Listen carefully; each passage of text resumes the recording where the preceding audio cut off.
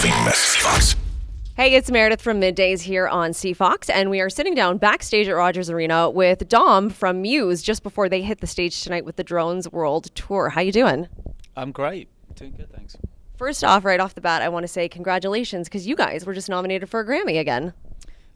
We were, yeah. I just found out on my birthday, actually, which was just on Monday. So I kind of woke up and had a few happy birthdays and then got a text saying that, yeah, we got nominated for Best Rock Album at the Grammys. So that's awesome. It's cool. So how does one celebrate a Grammy nomination and a birthday simultaneously? I put up some Christmas decorations around the house. I decorated a Christmas tree. That was a great, and had some mulled wine. But then, went out and kind of, had parties with some friends, that night. So it was fun. That's good. And you guys have had a pretty busy year so far. I mean, you've got the new album. You did the Psycho mini tour there, and then Lollapalooza recently. How was that headlining? Oh, in Europe. Yeah. Lollapalooza, that was great. Yeah, that was in Germany for the first time they've ever done it over there, and it was awesome. Actually, it was really, really cool. But it's been fun. Yeah, we've been in Europe all across the summer. It's weird. We've been on tour for 6 months, but it feels like we've only just started because we just started this new tour now with this new production and the new Drones production. But yeah, we've been all over the place. So the summer was awesome in Europe, and then Asia was really cool this time. Did all around Asia, Southeast Asia, and South America, and here we are. Now, the Drones album is interesting because there's a theme to it and kind of a backstory to it. Can you explain a bit about that? Yeah, I guess so. I mean, it's the first album that we've ever done where there's a bit of a narrative that runs through it. So you could call it a concept album, I suppose. I mean, we've kind of feel like we've only really touched on doing anything conceptual like that before, only slightly. So this time we thought we'd go a little bit deeper with it. But I suppose, yeah, it's it kind of, I suppose, it's it kind of charts the story of a person that starts off, loses love and hope at the beginning of the album, and kind of goes on this journey of being very vulnerable, being very open to being brainwashed, and then eventually kind of snapping out of this and rediscovering themselves and finding love again. So it kind of charts the course of this a journey of a person. What inspired all of this? Like, where does one even come up with the idea, that storyline to begin with, and then the idea to make a whole album out of that? Where does that come from? Thin air. Normally.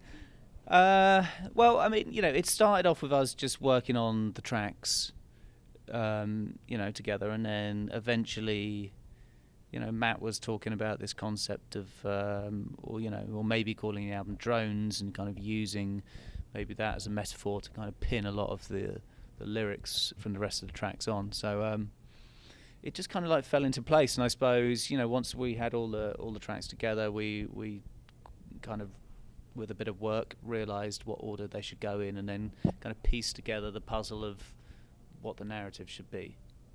Right. Now, the interesting thing about Drones is this world tour that you guys have put together, and it's been making headlines everywhere because the production is so insane for this. How, explain first of all the playing in the round of the 360-degree stage. Explain this to me, because I'm excited to see it tonight. It's cool. It's so different to anything we've done before. It feels so different. For us on stage, just the vibe. I mean, I'm in the middle of the stage, and the whole stage spins around. But I think for Matt and Chris, who are running around all over the place more than I am because I'm sitting down, they're singing in loads of different positions, and obviously the crowd is all around us, so there's nowhere to hide. That's for sure. So I mean, it's pretty wild. It's it just it feels so different, and I suppose for the audience,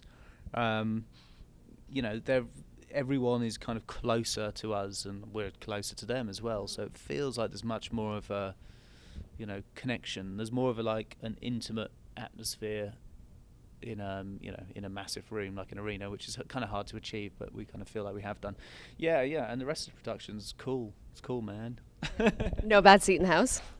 No, it's all The drones. Let's talk about the drones. How difficult was this to put together? Because when I first read about it, I instantly thought there's no way that they're going to be able to do this. You cannot have objects flying around an arena like that. But how do you explain them to me? How do they work? How does this happen? It's kind of it's new technology, I suppose, but they're kind of, it's software and a bunch of cameras everywhere that can kind of chart the location of these flying objects. So we can program them so they can fly around in different configurations and and move around in kind of synchronized ways, and not bang into each other and smash into things. So it's it's kind of this new crazy technology that is kind of difficult to deal with, I think, but it's I guess it tracks a position that something can follow around an arena. But it's really, really cool. But it's not without a few teething problems, because it's all brand new, but it's pretty awesome, and it looks great. So you admit that there were obviously problems. You can't just decide to have objects flying around an arena like that. So how many changes would you say, like from first idea to what you've actually ended up with on tour? How different is that? I think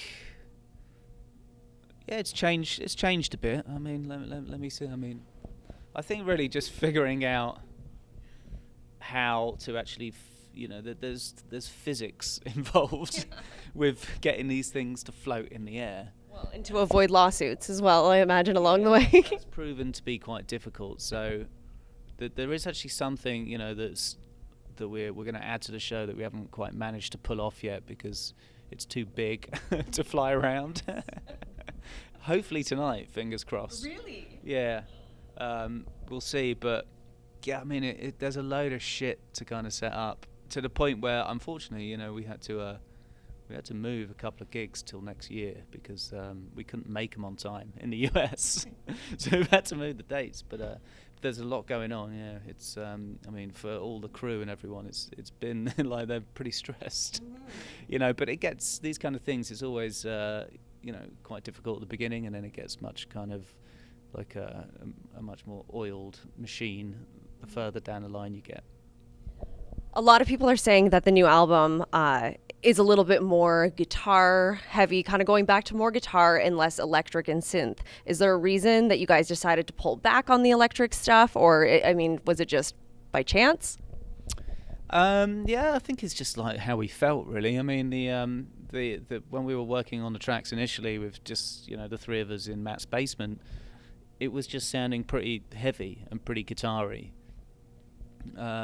So we thought we'd just roll with that, really, and try and do something that sounds a bit more simple and organic. I think that's something we've always tried to do, is like, how can we make something simple sound really good?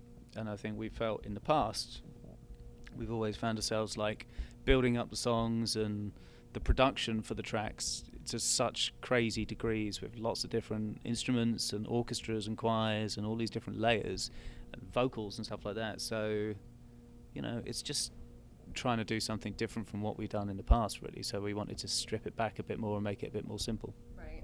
Well, I'm loving the new album. I listened to it over and over again last night while I got ready for this. Finally, I don't want to take up too much of your time because I know you've got, a giant show to do tonight and all. But you guys did record the album here in Vancouver, correct? Yes. So, I mean, that's pretty big for us because that means you've actually taken the time to get to know our city and you spent a little bit of time here. What are your favorite spots in Vancouver? Well, I love Gastown. That's where we were like hanging out the most because the studio is down there. Yeah. The Warehouse Studios, which is a pretty well-known studio here in Vancouver, but great place. So that was in Gastown. So we just hung out there and went to a bunch of the bars and restaurants in that area. We were staying around there. I went to Stanley Park pretty often. Yeah. I ran around it one day. Woke up, I was like, fuck it, I'm going to go and run around, and then realised it was like 10 miles. And after like an hour and a half, 2 hours, I did it. I was like, you get so far, and you're like, just a bit more, then you realise you're halfway. And at the end of it, which took me maybe an hour and a half or something like that, and my legs nearly fell off. Yeah. So I nearly crawled home. But that's really beautiful, and I rode around on a bike a bunch of times. Yeah, it's just it's a great place. It's good to be back, and we're sticking around as well. So we have a day off here tomorrow, so we're going to go and see some sights. Awesome. Well, we love having you here, and we're so excited for the show tonight. Thank you so much for taking the time to chat with us. Thank you very much.